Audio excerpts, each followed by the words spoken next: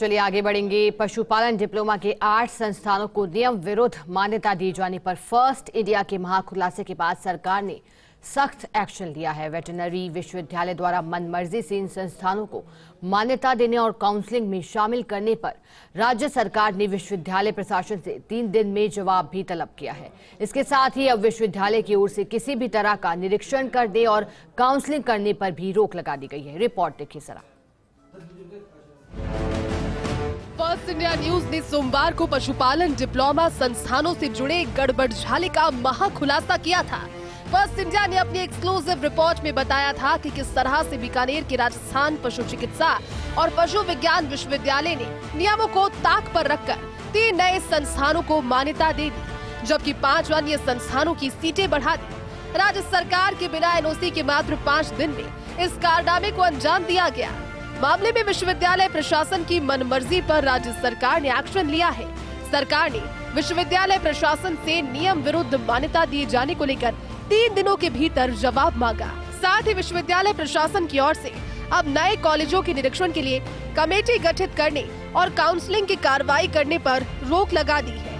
Veterinary विश्वविद्यालय पर सरकार सख्त। राज्य सरकार ने 3 दिन में मांगा विश्वविद्यालय प्रबंधन से स्पष्टीकरण। पशुपालन उप सचिव कश्मी कौर ने विश्वविद्यालय रजिस्ट्रार को लिखा पत्र। 8 संस्थानों की 100 सीट की संबद्धता जारी करने पर मांगा स्पष्ट जवाब। लिखा, विभागीय नीति अनुरूप राज्य सरकार की स्वीकृति प्राप्त करना है जरूरी, लेकिन विश्वविद्यालय ने किन नियमों के तहत कमेटी गठित कर संबद्धता दी।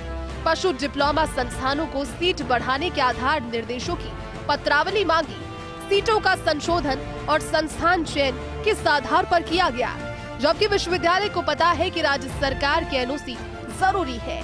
विश्वविद्यालय ने पत्र 15 फरवरी को भेजा, लेकिन विभाग को एक पखवाड़े के बाद क्यों मिला? राज्य सरकार ने अब पूरे मामले में विश्वविद्यालय के निर्णयों पर रोक लगाई है। लिखा, अब कोई भी निरीक्षण या काउंसलिंग सरकार के बिना अनुमति के ना करे।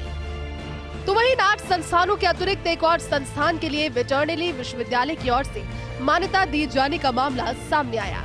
उदयरामसर के Murli Singh Yadav memorial training institute LSA diploma institute को भी इसी तरह नियम विरुद्ध मान्यता दी गई। इस संस्थान को तो सिर्फ 3 दिनों में ही मान्यता जारी कर दी गई। नवे संस्थान को 3 दिन में मान्यता।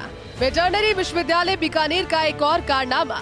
उदयरामसर स्थित Murli Singh Yadav memorial training institute को मान्यता दी।